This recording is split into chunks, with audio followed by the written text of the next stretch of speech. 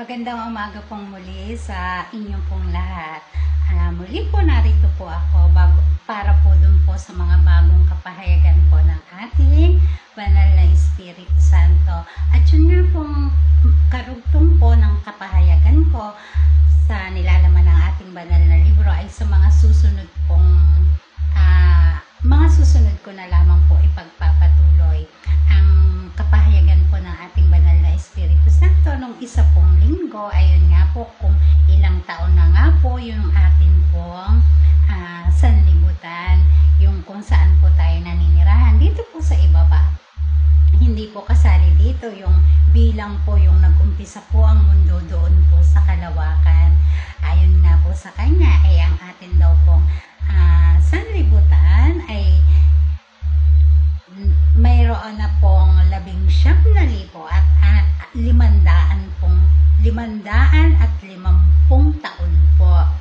At ayon po sa kanya, idagdag ko daw po doon, yun nga daw pong panibago pong 50 taon para naman daw po dun sa ating banal na libro upang siya nga daw po ay magkaroon ng pagkakataon na malantad po yung nilalaman nito sa iba't iba pong kapuluan.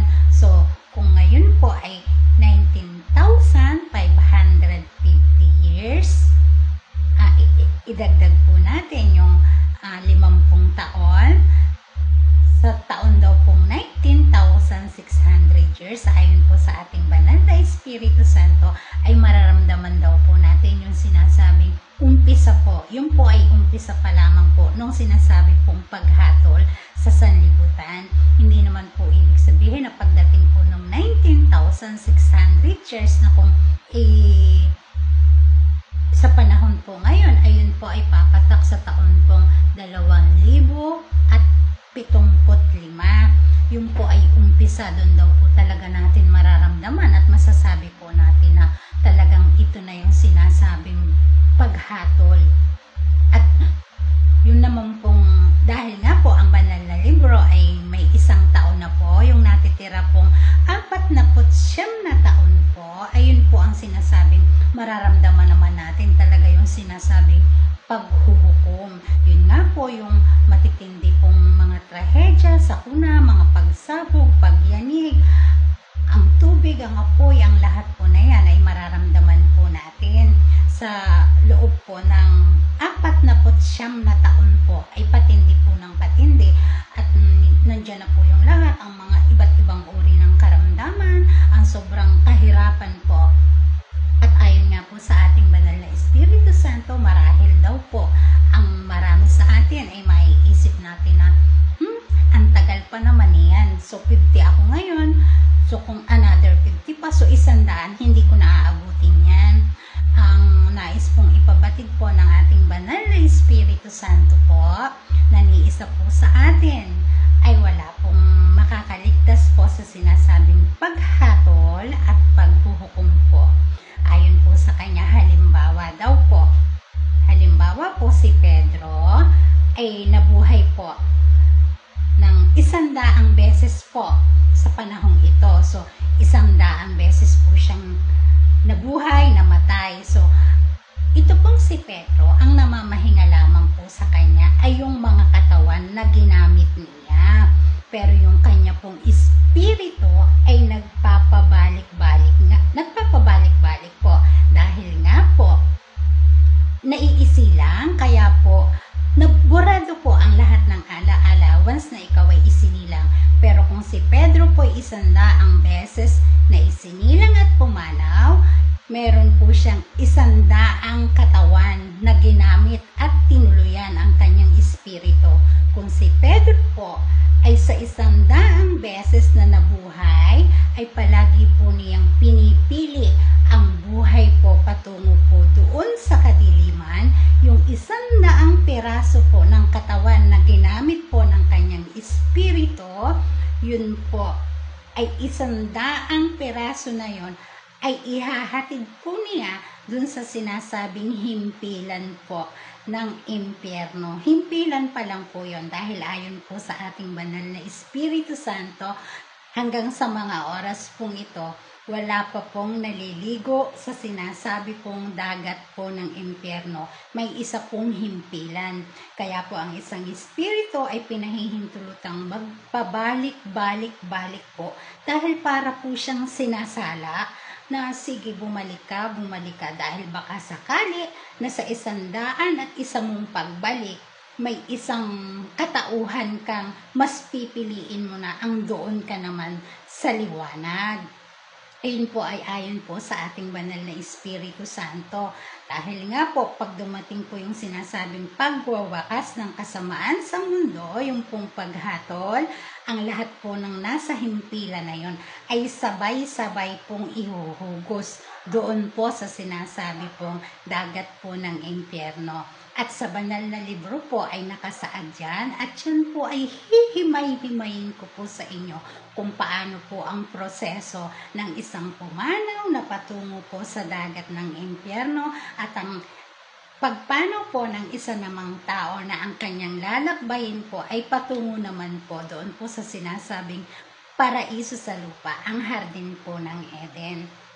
Kaya sinasabi po ng ating banal na Espiritu Santo na maging matibay, maging matatag po. Dahil maging ang kanya pong katawan, ang ating pong mahal na Birheng Maria, ay talaga pong dinanas po niya ang lahat. Wala pong magic, wala pong mahika. Kung ano man po ang meron sa ating mahal na Birheng Maria sa lupain ito, ayun po ay bunga ng kanyang dugo at pawis at pagpapagal. Wala pong magic, wala pong mahika. Palagi ko pong sinasabi sa inyo na ang tanging armas ng ating mahal na Birhen sa loob ng 19,500 at 550 taon na pakikipamuhay po sa lupain pong ito ay ang kanya pong busilak po at sobrang makinang pong puso. Sa mga susunod po, ipinahayag po ng ating banal na Espiritu Santo dahil marahil po ang karamihan sa inyo ay nagtatanong kung bakit halos ang akin pong kapahayagan ay nakapokus po sa katawan po ng ating mahal na Birheng Maria. Sa mga paparating pong kapahayagan ko ay ilalantad po ng ating banal na Espiritu Santo kung ano naman po yung naging buhay o kung ano po yung naging laban ng ating Haring Hesukristo na ngayon po ay nasa lupain din pong ito. May kanya-kanya po silang laban, ang mahal na Birhen at ang Haring Hesukristo. Ganun pa man po ang ating mahal na Birhen ay halos nalampasan na po niya yung sa kanyang part. Subalit yung po sa ating Haring Hesukristo ay patuloy pa po siyang lumalaban, nakikipaglaban. Dahil nga po, ang lahat po ng kampo ng kadiliman ay sa mga panahon pong ito'y talaga pong nagdodoble kayod po sila upang yun nga po ramdam nila na nandito na po sa ibaba ang tunay. At yun nga po, ang kapahayagan po ng ating banal na Espiritu Santo na magpakatibay, magpakatatag po tayo. Lagi pong piliin natin gaano man kahirap po yung sa liwanag po.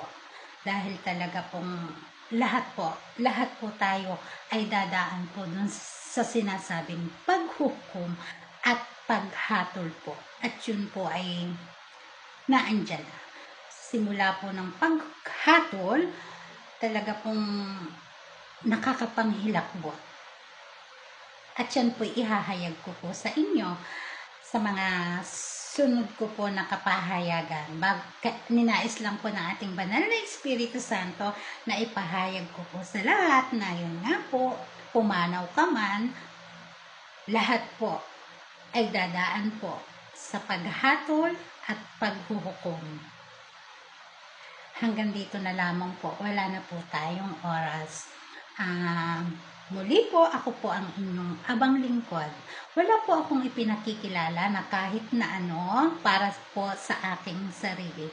Isa pong aba na lagi pong handang sumunod po kung ano po ang nais at ng ating banal na Espiritu Santo na maipahayag ko po sa inyo pong lahat. Maraming pong salamat at hanggang sa muli. Mabuhay po tayo.